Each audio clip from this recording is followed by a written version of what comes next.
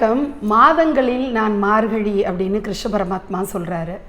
So மாதங்கள்லேயே விசேஷமான ஒரு மாதமாக மார்கழி மாதம் ஏன் கருதப்படுது அப்படின்னா, இளம் பெண்கள் பாவை நோன்பு இருந்து தான் விரும்பிய கணவரை அடையிறதுக்கான ஒரு முக்கியமான நோன்பு. இந்த விரத நாட்கள் 30 நாட்களும் பகவானை நினச்சி அவங்கவங்களுக்கு பிரியமான இஷ்ட தெய்வத்தை நினைத்து வணங்கி அதன் மூலமாக கிடைக்கக்கூடிய பலனாக அவங்க நினச்சவங்களையே அடையிற ஒரு விஷயம் நடக்கும் அப்படிங்கிற நம்பிக்கையில் தான் மார்கழி மாதம் முழுவதுமாக நோன்பு இருக்காங்க பெண்கள். அதிலும் குறிப்பாக இந்த நோன்பு எப்படி ஆரம்பிக்கப்பட்டது, பாவை நோன்பு அப்படின்னு சொல்லக்கூடிய இந்த நோன்பு ஆண்டாள் துவங்கி வச்சு எல்லா குழந்தைகளையும் அதாவது ஆண்டாளை ஒத்த வயதுடைய அனைத்து குழந்தைகளையும் சேர்த்துக்கிட்டு பெண் குழந்தைகளோடு போய் அதிகாலையில் நீராடி பெருமாளை வணங்கி தனக்கு அதாவது ஆண்டாளை பொறுத்த வரைக்கும் பகவானே தன்னுடைய கணவராக வரணும், பெருமாளே வரணும், அரங்கனே வரணும் அப்படின்னு அவளுக்கு ஆசை. ஆனால் மற்ற பெண்கள் ஒவ்வொருத்தரும் ஒவ்வொரு கோரிக்கையோடு பகவானை வேண்டிக்கிறாங்க. இப்போ இந்த மார்கழி மாதத்தில் இந்த 30 நாட்களும் ஆண்டாள் திருப்பாவை பாசுரம் ஒவ்வொரு நாளும் ஒரு பாசுரம் அப்படிங்கிற மாதிரி நீராடி அந்த பாசுரம் பாடி பகவானுக்கு பாமாலை சூட்டுறா. அதில் 27வது நாள் கூடாரவல்லி நோன்பு அப்படின்னு சொல்லுவாங்க. அதாவது கூடாரை வெல்லும் சீர்கோவிந்தான்னா பகைவரை அழிக்கக்கூடிய கோவிந்தா அப்படின்னு சொல்லி, பகைவர்கள்லாம் உனக்கு தூசு மாதிரி அப்படின்னு சொல்லி ஆரம்பிக்கிற அந்த பாடலில் ஆண்டாள் என்ன பண்ணுவான்னா, முழங்கை அப்படியே நெய் வடிய அந்த பிரசாதத்தை பகவானுக்கு நைவேத்தியம் பண்ணதா அவள் சொல்கிறா.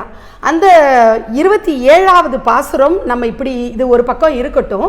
ஆனால் இந்த பாவை நோன்பினுடைய துவக்கத்தில் 2ஆம் நாள் ஆண்டாள் என்ன ஒரு விரதம் ஒரு சபதம் எடுத்துக்கிட்டு இந்த நோன்பை தொடங்குறா அப்படின்னா, நான் பெருமாள்கிட்டேருந்து அவருடைய அனுகிரகம் கிடைக்கணும், அவரையே நான் கணவனாக வரித்துக்கணும் அப்படின்னு எனக்கு மனசுக்குள்ளே எண்ணம் இருக்குது. அப்போ அவர் வரணும், அது வரைக்கும் நான் இந்த நோன்பை கண்டினியூ பண்ணணும். அதுக்காக நான் பால் சாப்பிட மாட்டேன், நெய் சாப்பிட மாட்டேன், கண்ணில் மை வச்சுக்க மாட்டேன், தலைக்கு பூ வச்சுக்க மாட்டேன் அப்படின்னு சொல்லி அவள் ஒரு சபதம் எடுத்துட்டு இந்த நோன்பை தொடங்குறா. அதாவது ஒரு கடுமையான விரதம். அதிகாலையில் பனி பொழியக்கூடிய இந்த நாட்களில் சீக்கிரமாக எழுந்து குளித்து, அதுவும் அந்த காலத்தில் ஆற்றங்கரை குளத்தங்கரையில் குளித்து பகவானை வேண்டி பாட்டுகள்லாம் பாடி பஜன்ஸ்லாம் கலந்துக்கிட்டு பகவான் சிந்தனையிலேயே 24 மணி நேரமும் அவள் செயல்படக்கூடிய ஒரு நோன்பாக தான் இந்த மாதம் முச்சூடும் இருக்குது. இப்போ 26வது பாசுரம், அதாவது 26ன்னு சொல்கிறது நாளைக்கு வரக்கூடிய பாசுரம்.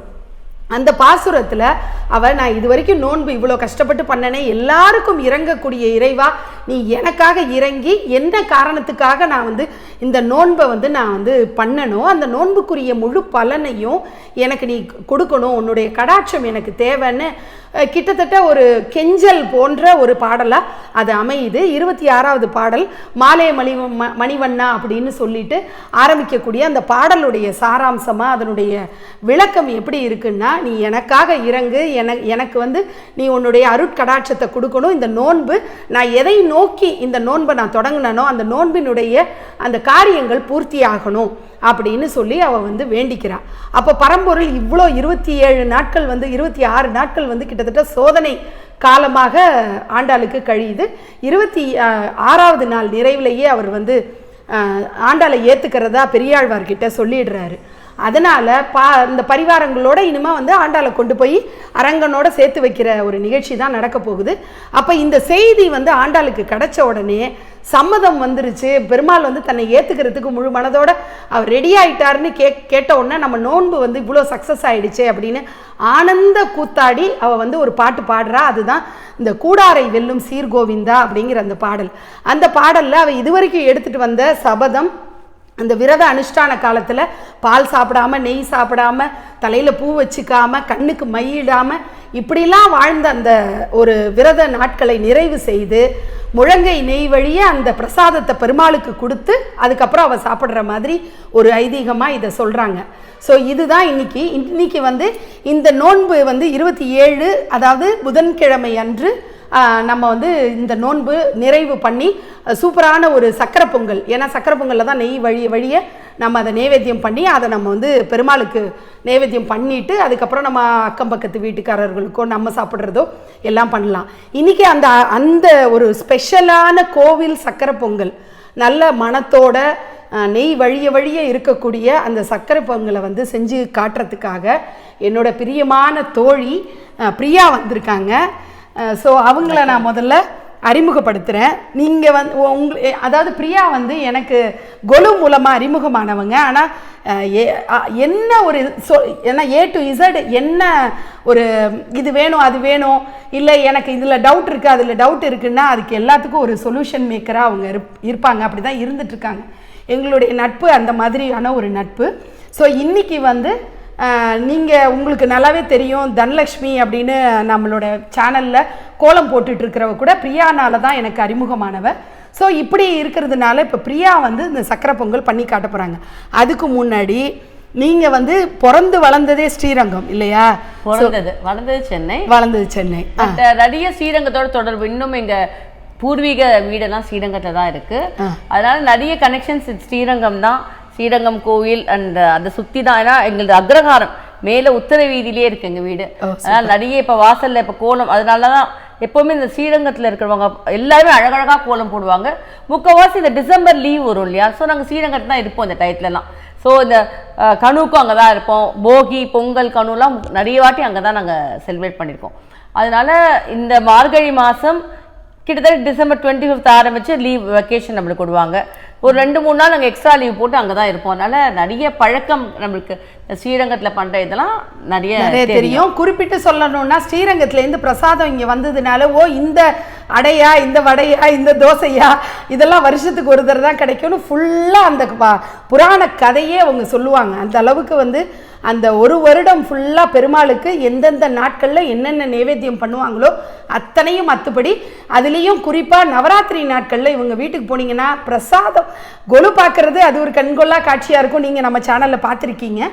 அதை தாண்டி அந்த பிரசாதம் வந்து அவ்வளோ மணக்க அந்த சுண்டலாக இருக்கட்டும் எல்லாமே அவ்வளோ எக்ஸலண்ட்டான ஒரு குக்கிங் பண்ணுறதுல அவ்வளோ ஒரு சூப்பராக லயிச்சு போய் பண்ணுவாங்க. எல்லாமே அவ்வளோ டேஸ்டியாக பண்ணுவாங்க, ஸ்பீடாக பண்ணுவாங்க. எங்கள் ஃப்ரெண்ட்ஸில் நிறைய பேருக்கு இவங்களுடைய சமையல் சாப்பாடு அவ்வளோ பரிச்சயம். அடிக்கடி என்னோட தம்பி கணேஷ் சொல்லுவேன் இல்லையா? ஸோ அவன்லாம் வந்து பாதி நேரம் பிரியா வீட்டில் தான் சாப்பிடுவான்னு வச்சுக்கோங்க. அந்த மாதிரியான ஒரு நட்பு இருக்குது. ஸோ இன்றைக்கி அவங்க தான் வந்து மணக்க நெய் ஒழுக ஒரு சர்க்கரை பொங்கல் பண்ணி காட்ட போகிறாங்க. பார்க்கலாம் வாங்க. அதுக்கு முன்னாடி ஒரே சின்ன விஷயம். நம்ம பொதுவாக வந்து இப்போ மார்கழி மாதம் கல்யாணம் பண்ணுறதில்ல. என்ன ரீசன் தெரியுமா உங்களுக்கு? எனக்கு அது பீடை மாதம் அல்லது ஏதோ தப்பு. மார்கழி மாதம் ஆண்டாள் என்ன பண்ணுறா, நோன்பு எடுக்கிறா. தனக்கு நல்ல கணவன் வரணும்னு. ஆண்டாள் வந்து அவளே கல்யாணம் பண்ணிக்கிறது இல்லை, நோன்பு இருந்து நல்ல கணவனை அடையணுன்றதுக்காக இந்த நோன்பு இருந்து போகி அன்னைக்கு தான் ஆண்டாள் கல்யாணம் பண்ணுறான். ஆண்டாளே இப்படி கல்யாணம் பண்ணிக்காம விரதம் இருந்து நோன்பு எடுக்கிறதுனால பெண்கள்லாம் இந்த மாதிரி நோன்பு எடுத்தா நல்ல கணவர்கள் கிடைப்பான்ற ஐதீகத்தினால தான் மார்கழி மாசம் கல்யாணம் பண்றது கிடையாது. முச்சோட விரதத்துல மட்டும் இருக்கணும். நம்மளோட கவனம் ஃபுல்லா இப்ப என்ன இருக்கணும், பெருமாள். இந்த மாசம் வந்து ஆக்சுவலா ரொம்ப ஒரு விசேஷமான மாசம் எல்லாருக்குமே. பார்த்தாக்க இங்க நம்ம தமிழ்நாட்டில் மட்டும் இல்லை, ஈவன் ஆந்திரா தெலுங்குக்காரங்க எல்லாருக்குமே இந்த மாதம் ரொம்ப விசேஷமான மாதம். காலங்காத்தால எழுந்து அந்த பணியில் வந்து பஜனை பண்ணின்னு போகிறதாகட்டும், அந்த கோவிலில் சுட சுட பொங்கல் கொடுப்பாங்க. முக்கால்வாசி எல்லா கோவிலையும் பொங்கல் கொடுப்பாங்க. அது ஸோ அதில் வந்து நிறைய நெய் விட்டு கொடுப்பாங்க. பிகாஸ் இந்த சீசனில் நம்ம நிறைய நெய் சாப்பிடணும். சயின்டிஃபிக்காக பார்த்தாலும் இந்த பனிக்கு இது ரொம்ப நல்லது. சீஸு அந்த வெண்ணெய்ன்னு சொன்னோம், நெய் அதெல்லாம் ரொம்ப நல்லது இந்த பனி சீசனுக்கு. அதனால தான் இப்போ இந்த சக்கரை பொங்கல் எல்லார் வீட்டும் சக்கரை பொங்கல் பண்றாங்க. பட் இன்னைக்கு பண்ண போற கூடாரவள்ளிக்கு பண்ண போற சக்கரை பொங்கல் என்ன ஸ்பெஷல்னா, பொதுவா சக்கரை பொங்கல் என்ன பண்ணுவோம், நம்ம ஒரு அரிசி பருப்பு குக்கர்ல வேக வச்சு அப்படியே தண்ணியை விட்டு வேக வச்சு பண்ணுவோம். பட் இந்த சக்கரை பொங்கல் மட்டும் பால்ல வேக வைக்கணும். ஏன்னா பால் திரும்ப வந்து எடுத்துக்கிறதுனால. சோ பால்ல வேக வச்சு நம்ம பண்ணலாம், ஆரம்பிக்கலாம். நிச்சயமா இந்த ஒரு விஷயம் அவங்க சொல்லும்போது நம்ம இப்போ தெரிஞ்சுக்க வேண்டிய ஒரு விஷயம், மார்கழி நோன்புங்கிறது காலகாலமாக பெண்கள் வந்து அதை பண்ணால் அதில் ஒரு சிறப்பான பலனாக நல்ல கணவர் அமைவார் அப்படிங்கிற ஒரு நம்பிக்கை. ஆண்டாலே அதுக்கு மிகச்சிறந்த உதாரணம். நம்ம இப்போ சக்கரை பொங்கல் பண்ணுறதை பார்க்கலாம். நான் சொன்னேன்ல இந்த சக்கரை பொங்கல் வந்து ரொம்ப ஸ்பெஷல்னு. இதுக்கு தேவையான பொருள்லாம் ஃபஸ்ட்டு பார்க்கலாம். நம்ம 1 லிட்டர் பால் எடுத்துகிட்டு இருக்கோம், 1 டம்ளர் அரிசி, எந்த டம்ளரில் அரிசி எடுக்கிறோமோ அதே டம்ளர் வெல்லம், பைத்தம்பருப்பு 1 டேபிள் ஸ்பூன், ஒரு கொஞ்சம் கூட எடுத்துக்கலாம். இதுதான் முக்கியமான இன்க்ரீடியன்ஸ். இதில் என்னென்னா ஜாதிக்காய் எடுத்துகிட்ருக்கோம், ஜாதி பூ எடுத்துகிட்ருக்கோம், பச்சை கற்பூரம், ஏலக்காய். இதுதான் இந்த சக்கரை பொங்கலோட ஸ்பெஷாலிட்டியே. ஆனால் ஜாதிக்காய் ரொம்ப போடக்கூடாது. கொஞ்சமாக ஜாதிக்காவும் ஜாதிப்பூவும் பொடி பண்ணிவிட்டு ஏலக்காவையும் பொடி பண்ணிக்கணும். இந்த பச்சைக்கல் போட்டு நம்ம வச்சுக்க போகிறோம். இப்போ நம்ம இந்த மாதிரி வெங்கலப்பானையில் பண்ணலாம். வெங்கலப்பானையில் பண்ணால் அது ஒரு டேஸ்ட், அந்த வெங்கலப்பானைக்குரிய டேஸ்ட்டே தனி தான்.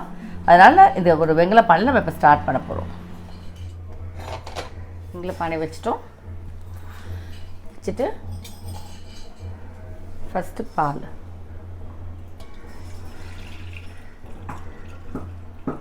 பால் கொதிக்கிறதுக்குள்ளே நம்ம இதை களைஞ்சிடலாம்.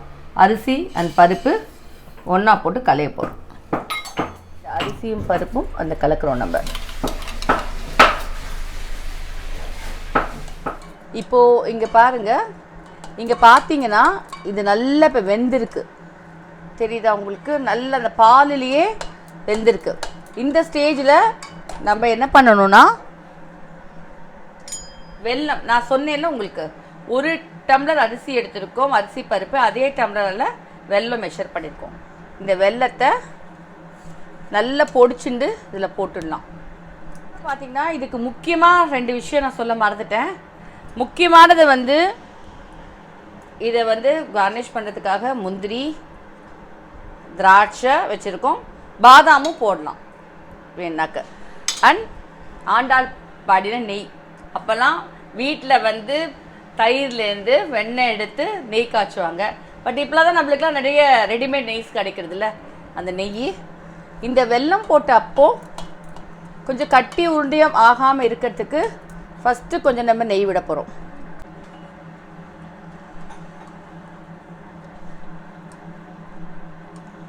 நம்ம நெய் விட்டாதான் அந்த பொங்கல் அந்த நெய்யோடையே மணந்துன்னு வரும்.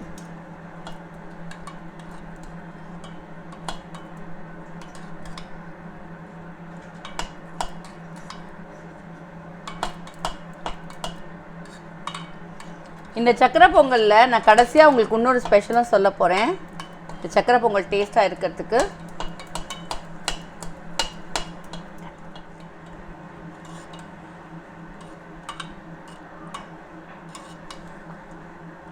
கிட்டத்தட்ட பார்த்தீங்கன்னா இது எங்களுக்கு வந்து ஒரு 1 hour கிட்ட ஆயிருக்கு. வெல்லம் மட்டும் உங்களுக்கு நீங்கள் பாருங்கள், உங்களுக்கு போடலன்னா இன்னொரு 1/4 டம்ளர் போட்டுக்கோங்க. 1க்கு 1 அளவு. கொஞ்சம் சில வெல்லம் அந்த இனிப்பு நம்மளுக்கு தெரியும் இல்லையா பார்க்கச்சே, அப்படி வேணால் இன்னொரு 1/4 டம்ளர் போட்டுக்கோங்க, அதுக்கு மேலே தேவையில்லை. நான் கடைசியாக ஒன்று சொல்லியிருக்கேன், ஒரு ஸ்பெஷல் இது சொல்ல போகிறேன்னு, அதையும் சொல்கிறேன். இந்த பக்கம் இந்த மாதிரி இருக்கிற ஸ்டேஜ்லேயே நீங்கள் என்ன பண்ணணுன்னா, அது நல்லா வெந்துட்டு இல்லையா, ஸோ அந்த அடுப்பை சிம்மில் வச்சுட்டு கொஞ்சம் நல்லா நெய் விட்டு இதில்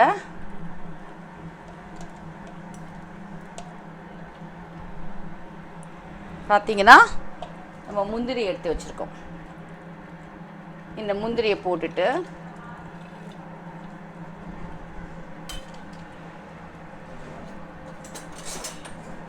அது ஒரு பார்த்துட்டே இருக்கணும், இது அடி பிடிக்காமல் ஜஸ்ட் லைட் ப்ரௌன் வந்தால் போதும் நம்மளுக்கு. இது இதோட கூட இந்த ஸ்டேஜ் ஒரு பாதி வரைச்சி கொஞ்சம் பாதாமும் போட்டுடலாம்.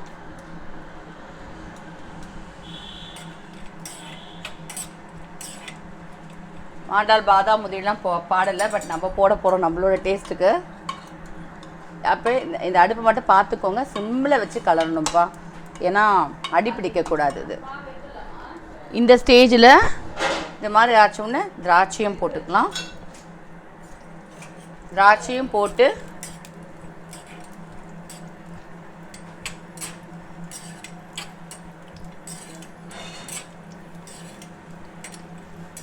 இது ஒரு பெரட்டிட்டு நம்ம இதில் போட்டுடலாம். இதுவும் சேர்ந்து நம்மளுக்கு ஒரு கொதி வந்தாக்க நல்லாயிருக்கும். இந்த முந்திரி பாதாம்லாம் வந்தாக்க அது ஒரு டேஸ்ட்டாக இருக்கும். இப்போது இந்த மாதிரி ஸ்டேஜில் நான் உங்களுக்கு முதலே சொன்னேன், ஜாதிக்காய் ரொம்ப போடக்கூடாது. ஜாதிக்காய் இங்கே பாருங்கள், நான் இவ்வளோவுக்கு இவ்வளோ தான் போடுறேன். கொஞ்சம் ஜாதிப்பூ இவ்வளோதான், இதுக்கு மேலே போட வேணாம் அது, ஏன்னா அது ரொம்ப போட்டால் மயக்கம் வருங்க, அதனால் அதுக்கு மேலே போடாதீங்க. நம்ம இப்போது ஜாதிப்பூ அண்ட் ஜாதிக்காய் பொடிச்சு போட்டிருக்கோம். கூட வந்து பச்சை கற்பூரம் போட போகிறோம். கொஞ்சம் பச்சை கற்பூரம் கூட ரொம்ப கொஞ்சமாக போட்டால் போதும், ஏன்னா அது நம்மளுக்குலாம் தெரியும் கெமிக்கல்ஸ், அதனால் கொஞ்சமாக போட்டால் போதும். ஜாதிக்காய் ஜாதி பூலாம் நேச்சுரல், அதனால் போடலாம். அதுவும் ஆனாக்கா லிமிட்டாக தான் போடணும். ஏலக்காய் வச்சுருக்கோம். ஏலக்காய் வந்து ஜஸ்ட் ஒரு தட்டி ஏலக்காவும் போட்டோம். இப்போ போட்டல நான் உங்களுக்குலாம் சொன்னேன், இந்த சக்கரை பொங்கல் நல்லா டேஸ்ட்டாக வரத்துக்கு நான் உங்களுக்கு ஒரு சீக்ரெட் இன்க்ரீடியன்ட் சொல்ல போகிறேன், கடைசியாக சொல்கிறேன்னு சொன்னேன். சர்க்கரை பொங்கல் இது ஞாபகம் வச்சுக்கோங்க. கண்டிப்பாக கடைசியாக நீங்கள் கொஞ்சம் இதில் ஒரு 4-5 ஸ்பூன் சர்க்கரை சேருங்க. அது வந்து உங்களுக்கு ஒரு டேஸ்ட்டு கொடுக்கும். இந்த சர்க்கரை தான் என்ஹான்ஸ் பண்ணி கொடுக்கும் சர்க்கரை பொங்கலை.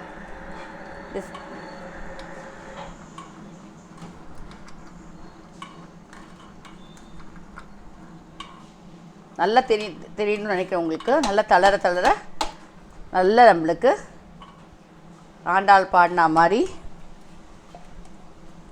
நெய் இன்னும் கூட விட்டுக்கலாம். ஆண்டாளோட வாக்கு இது பண்ணுற மாதிரி கடைசியாக. இன்றைக்கி ஒரு நாள் நம்ம டயட்லாம் பார்க்க வேண்டாம், ஆண்டாளே பாடிட்டு போயிட்டால. அதனால் ஒழுங்கை நெய் வழிய நம்ம சக்கரை பொங்கலை சாப்பிட்லாமா? ரெடியாக எல்லாரும்?